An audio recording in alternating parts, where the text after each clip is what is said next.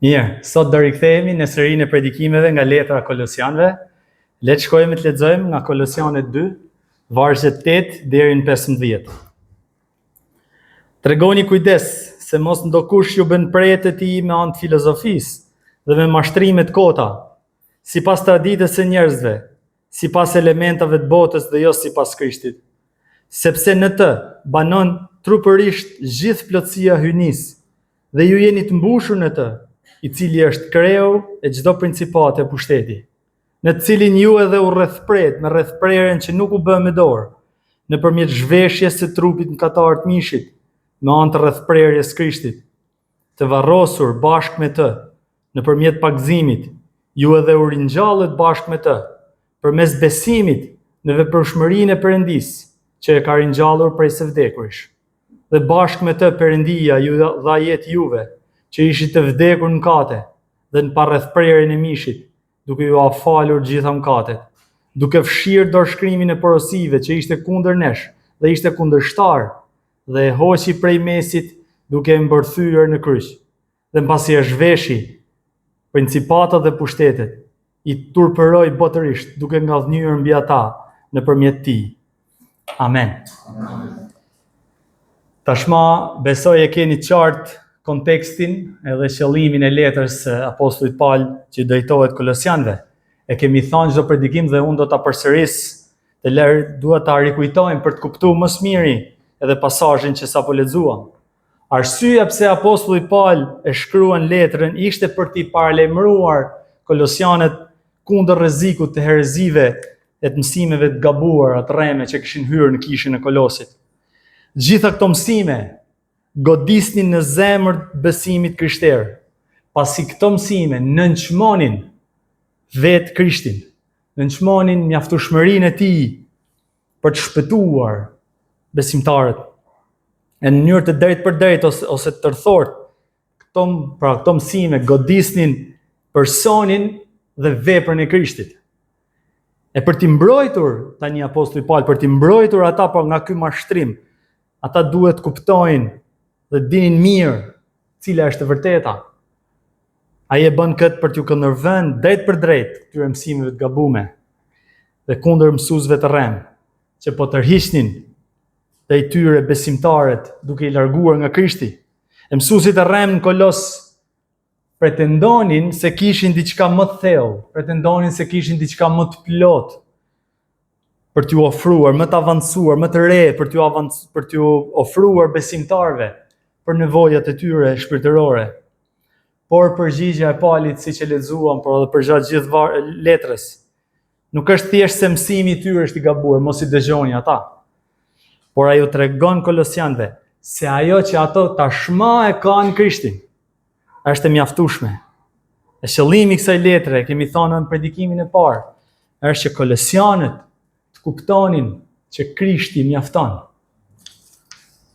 Në pjesën e mbetur të kapitullit 2, pra në vargjet që do lexoj dhe vargjet pasardhëse, apostulli Paul tani kërkon të ballafaqojë, pra të përballë mësimin e vërtetë të Krishtit përballë mësimeve të rreme që do shohim në predikimin tjetër, dar Zoti vllai do ndaj javën që vjen.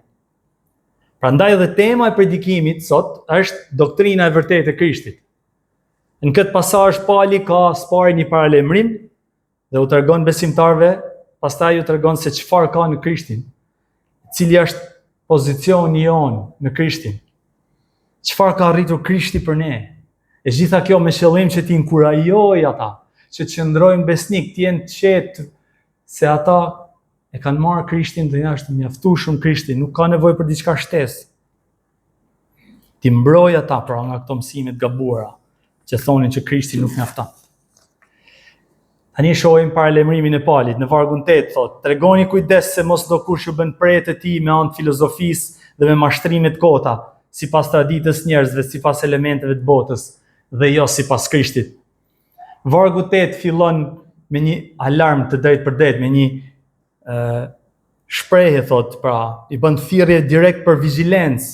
Tregoni kujdes, sepse ekziston rreziku real që mendja e tyre, pra mendja kolosianëve, të binte pre e këtyre mësimeve që pretendonin se po sillnin pra diçka të re, po sillnin diçka, një njohuri më të thellë, diçka më të mirë. Fjala pre këtu është kuptimin pra mos u zini rob, pra është një term që përdoret në luftë, pra është domethënë kur luftonin dhe disa vziheshin rob. Pra mos bini rob lufte, sepse e thash edhe predikimin e kaluam. Ka një betejë, duhet të jemi koshient edhe për ne sot, ka një betejë frymore për mendjen tonë, për mendjen e njerëzit, për mendjen e zemrën e njerëzit. E duhet të jemi vigjilent, thot Pali, pasi djalli përdor çdo lloj mësimi njerëzor për t'ju shpërqendruar nga Krishti, për t'ju kapur rob me anë të filozofisë dhe me mashtrime të kota, thot. Tani vetë fjala filozofi do të thotë dashuri për urtësi, dhe në vetvete nuk është diçka e keqe. Pra filozofia, siç e di, merret me pyetje të thella ekzistenciale, pra kush jam unë, pse jemi këtu, çfarë është kuptimi i jetës, cila është e vërteta, dhe ajo përdor logjikën, arsyetimin për të studiuar këtë çështje. Tani siç e thash, pra nuk është një gjë e keqe ti bësh këtë pyetje, ti studiosh këto gjëra. Por Pali po thot këtu që keni kujdes nga përpjekjet njerëzore për të zbuluar të vërtetën përfundimtare, për t'i dhënë kuptim nga ana njerëzore duke u mbështetur vetëm në arsye njerëzore, tek traditat e njerëzve apo në sistemet e mendimit, por që gjitha këto në fakt nuk janë sipas Krishtit, thot. Keni kujdes nga këto që nuk janë sipas Krishtit. Paralajmërimi pra është që të mos dëgjohet urtësia njerëzore kur ajo nuk e konsideron Krishtin. Ose i shton diçka Krishtit. Ose bie në kundërshtim, pra me e thanë, bie në kundërshtim me fjalën e Perëndisë. Nëse diçka, një urtësi, një logjik, një arsyetim, një filozofi, dikush del në Instagram duke fol shumë bukur, ka duket eloquent, gjanat ka logjik, por nëse ti shikon mes rreshtave që kjo të largon nga Krishti, ose bie në kundërshtim me fjalën e Perëndisë. Këtë gjë po thot Pali. Kini kujdes, mos bini pre. Jo çdo gjë që është e bukur, e këndshme, e logjikshme, është sipas Krishtit. E në pamje të parë këto mendime, arsyetime, thash, pra mund të duken shumë të logjikshme, mund të duken tërheqëse, mund të duken bindëse. Por nëse ato janë të shkëputura nga fjala e Perëndisë, nga Krishti, as nuk e konsideron fare ekzistencën e Perëndisë, ekzistencën e shpirtëtare siç është Krishti.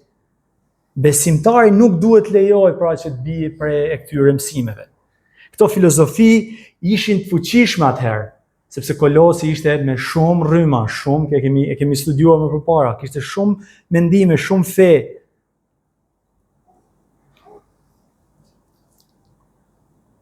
Fuqia e tyre është tek fakti, pra, fuqia është tek fakti që ata pretendojnë t'i japin zgjidhje problemeve të njerëzit. Prandaj janë shumë tërheqëse, sepse nëse është diçka që nuk na hyn punë, nuk do ishin tërheqëse. Por fakti që ata pretendojnë t'i japin zgjidhje problemeve që mund kesh, probleme në jetën tënde, dhe duke qenë se ato pretendojnë t'i japin zgjidhje, janë tërheqëse. Por apostulli Paul thotë se këto janë mashtrime të kota, janë premtime bosh. Nëse nuk e kanë, pra pasi pa Krishtin, pa fjalën e Perëndisë, çdo filozofi njerëzore është e kotë. Pasi nuk e përmbush atë që njeriu ka nevojë. Është si puna, më mend kur para se të martoheshim po shikonin për tortën e dasmës, edhe shikoja kështu nga jashtë, është si puna e saj tortës dasmës. Ajo është komplet vetëm fake, është ndukje. Ka një pjesë që është tortë, pjesa tjetër është shkum detit. Edhe pak a shumë është e njëjta, por janë premtime që duken se jashtë duket diçka e madhe, madhështore, e amël, e mirë, do të ushqej, por tamam kur e shikon, kur i hyn në thellësi, e shikon që është thjesht një shkum, pra është bosh. Prandaj thotë edhe Paul, janë mashtrime të kota. Janë bosh sepse janë thjesht tradita njerëzore, thotë Paul, sipas elementave të botës. Nuk kanë fuqinë për ta çliruar njeriu nga problemi i tij më i madh që ka, për ta çliruar atë nga mëkati dhe nga pasoja e mëkatit. Premtojnë të ndihmojnë, por nuk kanë fuqi për ta arritur këtë. Kujdes, nëse nuk e ka Krishtin, nuk ka forcë, nuk të zgjidh gjanë. E do mësojmë herës tjetër më shumë për herezit e asaj kohe, por do ndalem pak të aktualizoj se cila janë disa nga filozofit shkurt të ditëve tona. E thash, në rrjetet sociale janë të mbushur influencer, njerëz të mendimit, të arsyes që artikulojnë mendime, filozofi të ndryshme.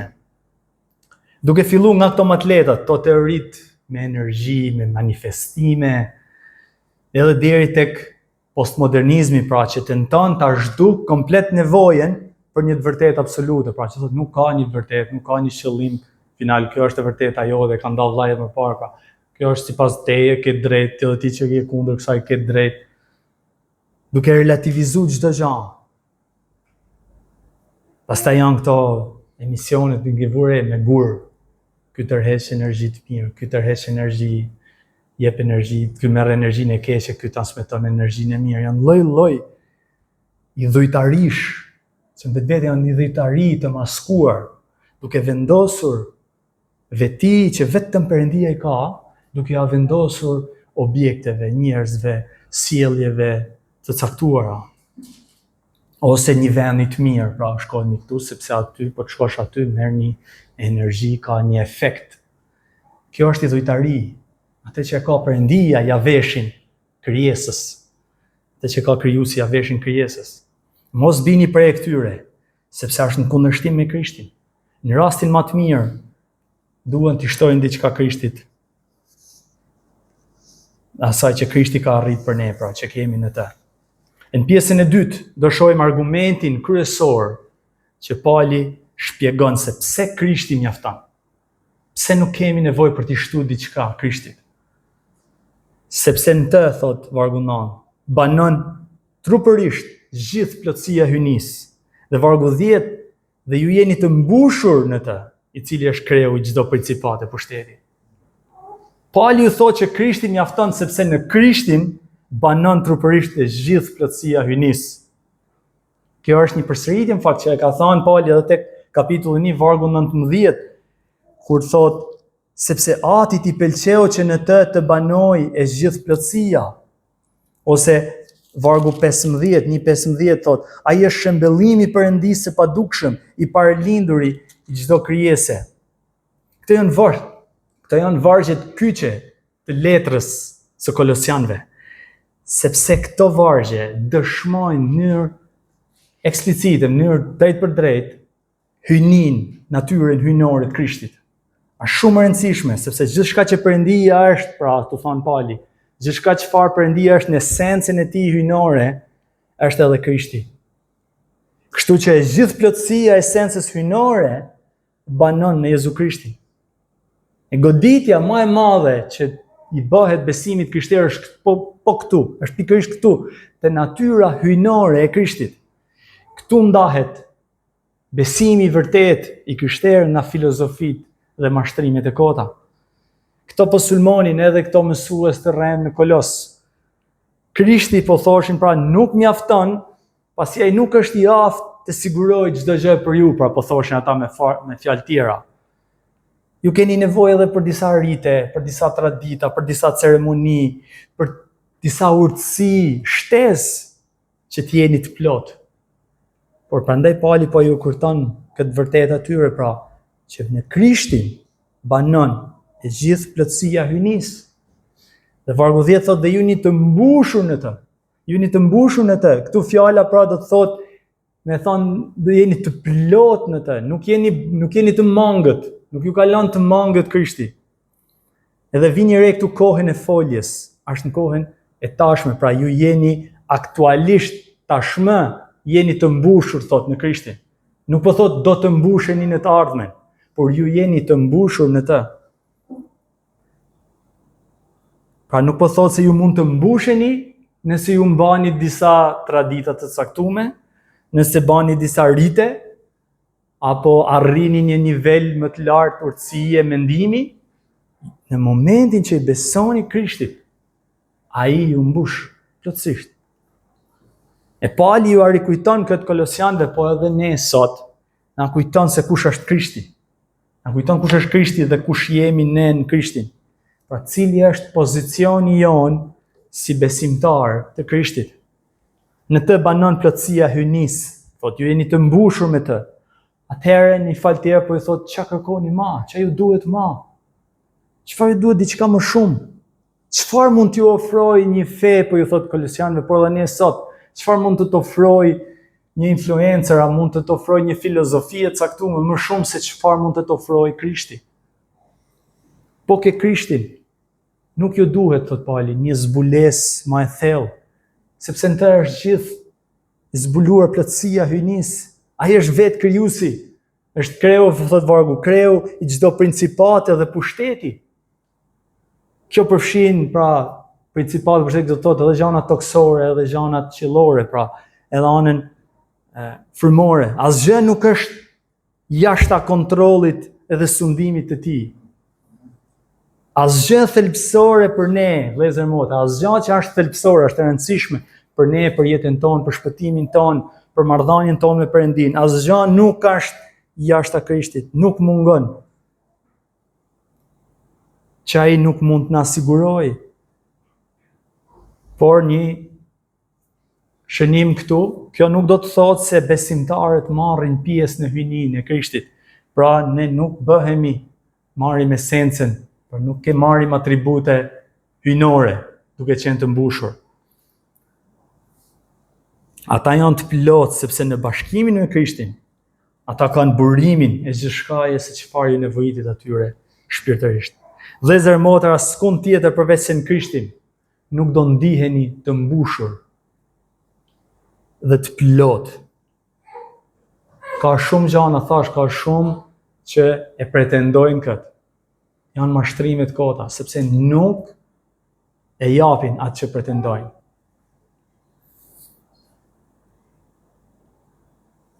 E prandaj ne nuk duhet të tërhiqemi ndaj tyre. Edhe duhet t'ja kujtojmë vetes se Krishti na ka bërë të plot, nuk jemi të mangët. Po si na ka bërë Krishti të plot, si na ka mbushur. Tani çfarë ka arrit pra? Në pjesën e tretë në vargjet 11 deri në 15 do të shohim se si ne jemi të bërë plot në Krishtin, ose si jemi mbushur në Krishtin. Pra çfarë ka bërë Perëndia për ne në Krishtin. Së pari, Pali kujton Kolosianëve, thot vargu 11, se ne në Krishtin ju rrethpret me rrethprerjen që nuk u bë me dorë, nëpërmjet zhvresjes së trupit mëkatar të mishit me anë të rrethprerjes Krishtit.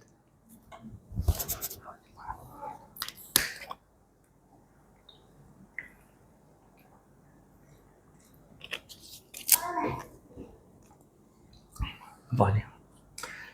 Pra Pali me vetdije, po ta lexoni këtu, me vetdije bën një dallim ndërmjet rrethprerjes që bënin hebrejt dhe rrethprerjes së Krishtit.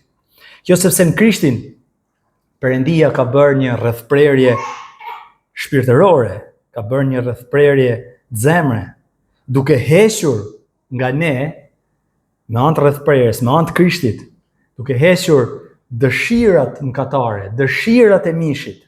E rrethprerja ishte një shenjë, siç e dini, ishte një shenjë e beslidhjes që Perëndia kishte bërë me Abrahamin, dhe ishte një shenjë e jashtme që duhet buronte nga një bindje e brendshme ndaj Perëndisë.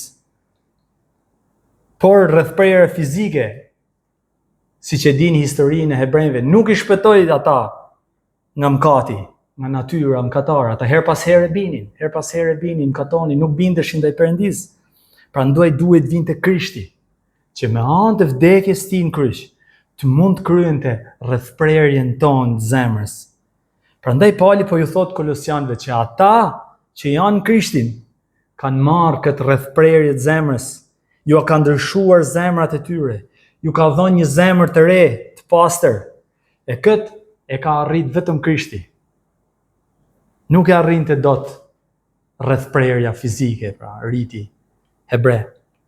Prandaj ata tashmë nuk kishin nevojë të vazhdonin me ritin e rrethprerjes fizike, pra siç disa nga mësuesit e rrem tentonin të mësonin, pra që ata thonë, "Ok, Krishti, por ju duhet të rrethpriteni."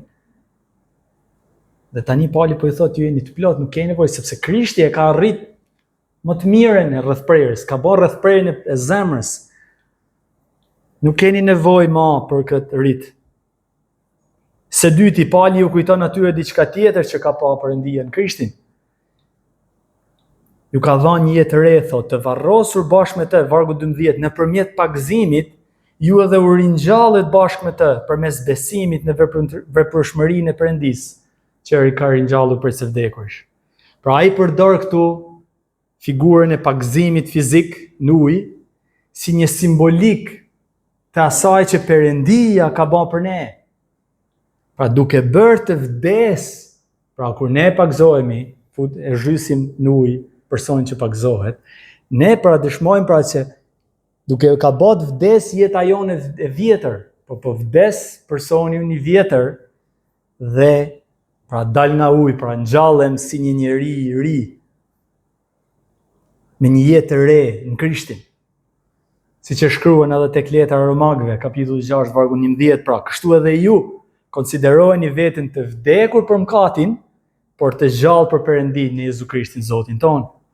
Pra zhytja në ujë e kena thënë në vetvete nuk ka një fuqi për të na rigjeneruar ne një jetë re në ne, por është një shfaqje e jashtme e asaj që Perëndia ka bërë së brendshmi në ne.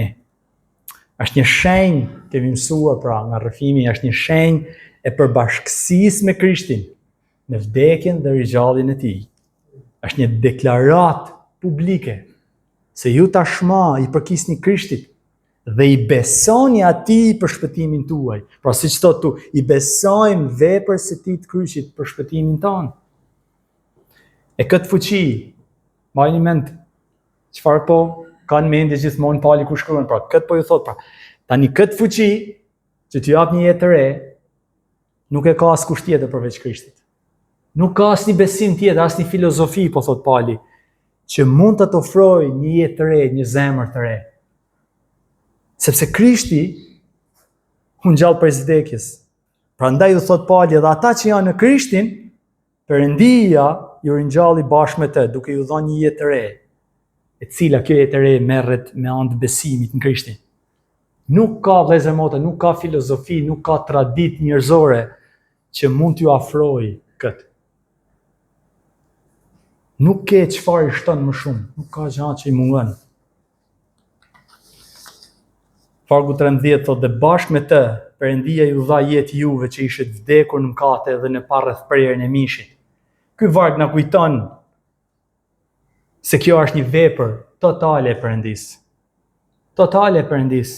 Nuk kishte asnjë merit nga ana jonë në këtë vepër madhështore të shpëtimit tonë. Tregon pa aftësinë tonë totale për ta shpëtuar veten tonë. Kur e ka arritur Perëndia këtë për ne, ne as e kërkojmë të ishit vdekur. Pra tani po thot, pra as më tepër thot Pali, kur tani nevojë, pra as më tepër thot Pali të ketë nevojë Perëndia tani. Të ketë nevojë tani pasi ju ka dhënë një jetë re, pasi ju ka ringjallur pranë Krishtin, as më tepër thot të ketë nevojë Perëndia nga ne për diçka shtesë, për qenë të plot. Kur ne as e kërkonim, ai e bëri.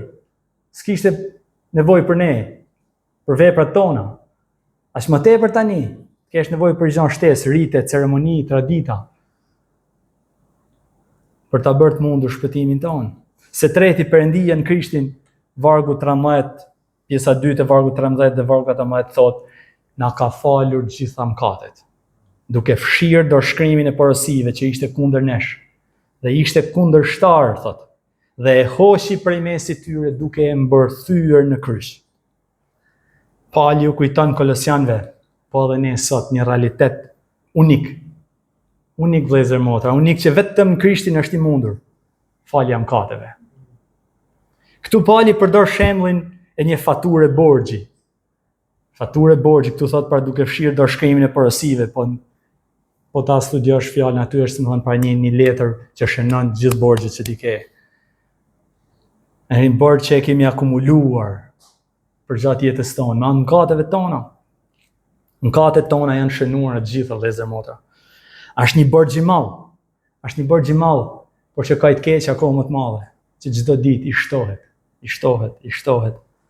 Ndërsa jetojmë. E ky dorëshkrim, pra kjo faturë borxhi, është një njollë e zezë, thot Pali këtu thot. Pra që ishte kundër nesh, ishte kundërshtare, e cila e përndjek njeriu. E përndjek njeriu kudo, pasi i dëshmon atij gjithë kohës, duke i dëshmuar atij mëkatin e tij, të keqin e tij, sa i keq je. Por gjithashtu i dëshmon atij nevojën që ky mëkat ka nevojë për gjykimin e drejtë të Perëndis. Perëndia është i drejtë dhe duhet ta ndëshkojë mëkatin tonë. Zemrimi i tij i shenjtë qëndron mbi çdo mëkatar duke pritur ditën kur vjen dita e ligujtimit, borxhit. Romakët 1:18 thotë, sepse zemrimi i Perëndis zbulohet nga qielli për çdo pabesi e padrejtësi të njerëzve që mbysin të vërtetën e padrejtësi. E ky është problemi më i madh i njeriu. Se përballet me këtë. Edhe këtë, thot Pali, këtë problem më të madh që njeriu ka. E vërtet ka fe, filozofi të ndryshme kanë tentuar t'i japin zgjidhje e përgjigje. Ka fe që thonë se mëkati mund pastrohet duke bërë vepra të mira, duke dhënë lek, duke bërë rituale, duke bërë sakrifica, duke shkuar në vende të shenjta. Pastaj kemi filozofi të ndryshme që tentojnë ta zgjidhin këtë problem me metodë që kur po e mendoja thash metoda strucit. Da fut kokën në ranë. Struci ishte, e dini strucin kur e ndjek, ai thot po fus kokën në ranë dhe mendon se u mbulu i gjithi, pra ja hodhi pash. Ata thonë, duke i krijuar pra këto filozofit më të fundit, i krijojnë vetes një realitet virtual. Një realitet virtual ku thonë nuk ka mëkat. Nuk ka drejt, pa drejt, nuk ka mëkat, nuk ka gjykim. Por ne e dim se ky nuk është realiteti. Edhe ndërgjegjja atyre në fakt e kupton se nuk është ky realiteti. Por fjala e Zotit thotë te vargu 21 Romakëve, u bënte pa mend në arsyetimet e tyre dhe zemra e tyre pa gjykim u rrsua. E Pali po ju thot Kolosianëve se asnjë tjetër përveç Krishtit nuk i jep zgjidhje kësaj. Sepse vetëm Krishti e mori mbi vete dënimin e mëkatit, mori mbi vete zemrimin e drejtë të Perëndis ndaj mëkatit tonë. Ai e fshiu dorëshkrimin që ishte kundër nesh, dhe këtu thot e mbërtheu në kryq, po në fakt është e gozhdoi në kryq, e stampoi me gjakun e tij dhe tha u pagua. Jezusi para se të jepte frymën në kryq që kemi studiuar tha u krye. E ka shpjeguar vllai shumë mirë që do të thonë fjala aty greke tetelestai, që do të thotë ka një fat, pra ishte pikërisht për këtë kur ka një fatuar, një detyrim saktuar, thoshte është e shlyer, paguar e plot. Ai e pagoi borxhin ton, siç e thotë edhe kënga atë që ne nuk e lanim dot. Dikush na duhet mëkatin të na pastroj. Askush tjetër vëllezër motër nuk e pretendon këtë. Nuk e ka bërë këtë, as nuk mund ta bëj. Këtu vëllezër motër nuk ndalemi shpesh të meditojmë e të gëzojmë për këtë vepër të jashtëzakonshme. Një vepër jashtëzakonshme dashurie që Perëndia ka bërë për ne. A ka gëzim më të madh vëllezër motër se të kesh sigurinë? Të kesh sigurinë sot që fatura e borxhit tënd, e mëkateve tua është paguar e plot. Mëkatet e tua janë pastruar gjitha, thot Pali. Jo disa prej tyre, po të gjitha. Prandaj jeni plotësisht e falur. I thot Pali aty, po ja kujton, jeni plotësisht falur. Çfarë ju duhet më shumë? Çfarë kërkoni më shumë? Çfarë mund t'ju ofrojnë më shumë këto fe, këto tradita, këto rregulla? S'keni nevojë për diçka tjetër jashtë Krishtit për ta arritur këtë. S'ka nevojë për ndërmjetës. S'ka nevojë ti lutesh Marias, nënës Jezusit, që të hyj mik. Ai ka paguar. S'ka nevojë për shenjtar, për lutje, për të shkuar në vende shenjta, rituale, rita, ceremoni. S'ka nevojë. Krishti e ka paguar plot. Se katërt i thot vargu 15. Dhe mbasi i zhveshi principatat dhe pushtetet, i turpëroi botërisht duke ngallënyer mbi ata nëpërmjet tij. Në Krishtin Perëndia i ka qarmatosur gjitha principatat dhe pushtetet demoniake e ka triumfuar mbi ta. Ka triumfuar mbi vdekjen, që ka pushtet, kishte pushtet mbi ne. Duke paguar për mëkatin tonë në kryq, Krishti e mundi vdekjen, e mundi djallin. Edhe nga Zbulesa 12:10 lexojmë pra thot, e udhëhodh poshtë paditësi i vëllezërve tanë, ai që i padiste përpara Perëndisë tonë ditë e natë. Ai nuk ka më pushtet mbi ne. Krishti na çliroi. Nuk duhet kemi me frikë. Siç thot fjala e Zotit, nëse Perëndia është me ne, kush mund të jetë kundër nesh? Këtë çlirim, këtë rehati, askush përveç Krishtit nuk ta jep. Kështu pra e përmbyll apostulli Paul doktrinën e vërtetë Krishtit pra, duke ju dëshmuar Kolosianëve, por edhe ne sot, se kush është Krishti?